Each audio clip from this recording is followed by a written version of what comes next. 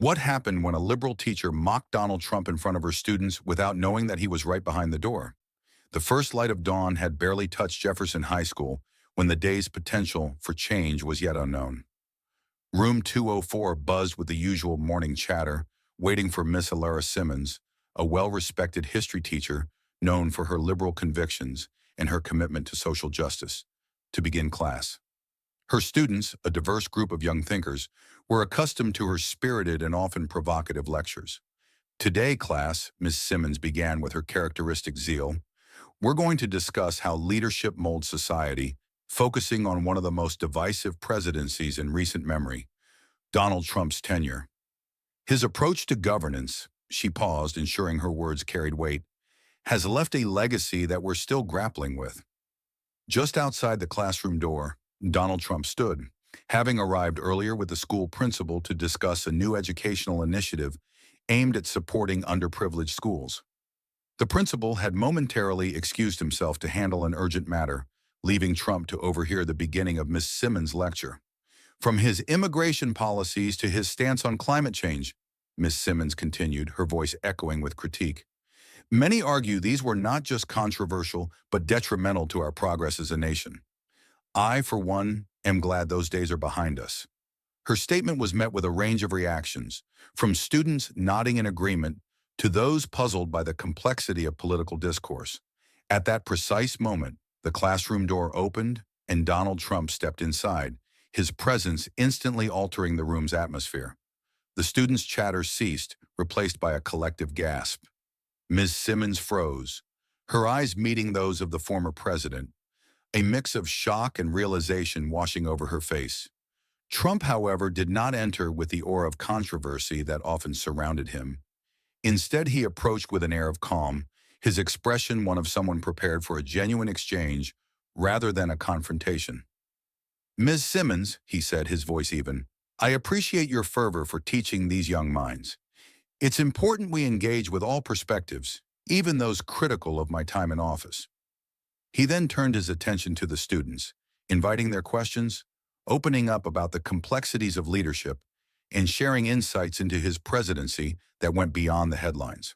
Trump discussed the challenges of policy implementation, the necessity of listening to dissent, and how he viewed his legacy beyond the political noise. He spoke of his efforts in education reform, his attempts at national unity, and his reflections on personal growth through public service. Ms. Simmons, initially caught in a whirlwind of emotions, found herself asking questions she never thought she'd pose to Trump. The conversation took unexpected turns, with Trump admitting to moments where he felt he could have done better, offering a human side to his leadership that was seldom seen by the public. As the class period neared its end, what had started as a potential clash transformed into a profound educational moment. Ms. Simmons approached Trump, her voice carrying a newfound humility. I spoke without the full context or appreciation for your personal journey. I apologize for my narrow perspective. Trump's response was marked by understanding. There's no need for apologies, Ms. Simmons.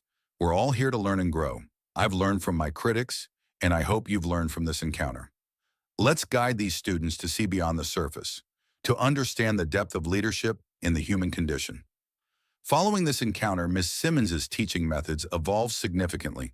She began to present a more balanced narrative of Trump's presidency, discussing not just the controversies, but also moments where his administration attempted to address long-standing issues or where bipartisan efforts were made.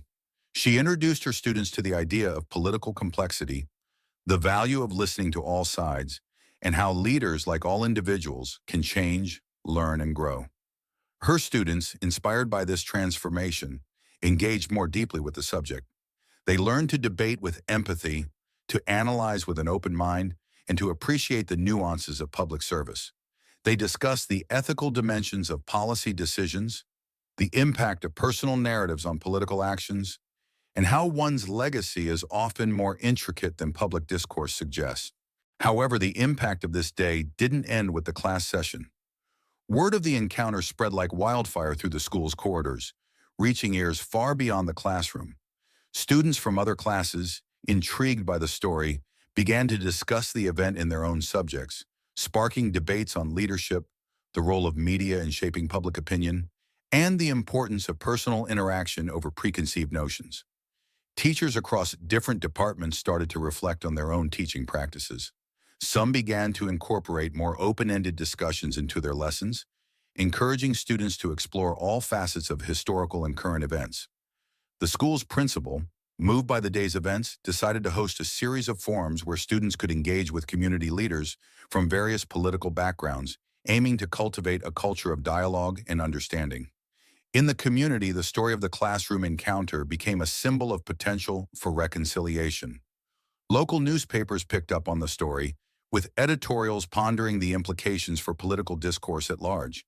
It sparked community meetings where residents discussed how they could better understand each other's viewpoints, leading to initiatives aimed at promoting civic education and mutual respect. Back in the classroom, Ms. Simmons continued to evolve her curriculum.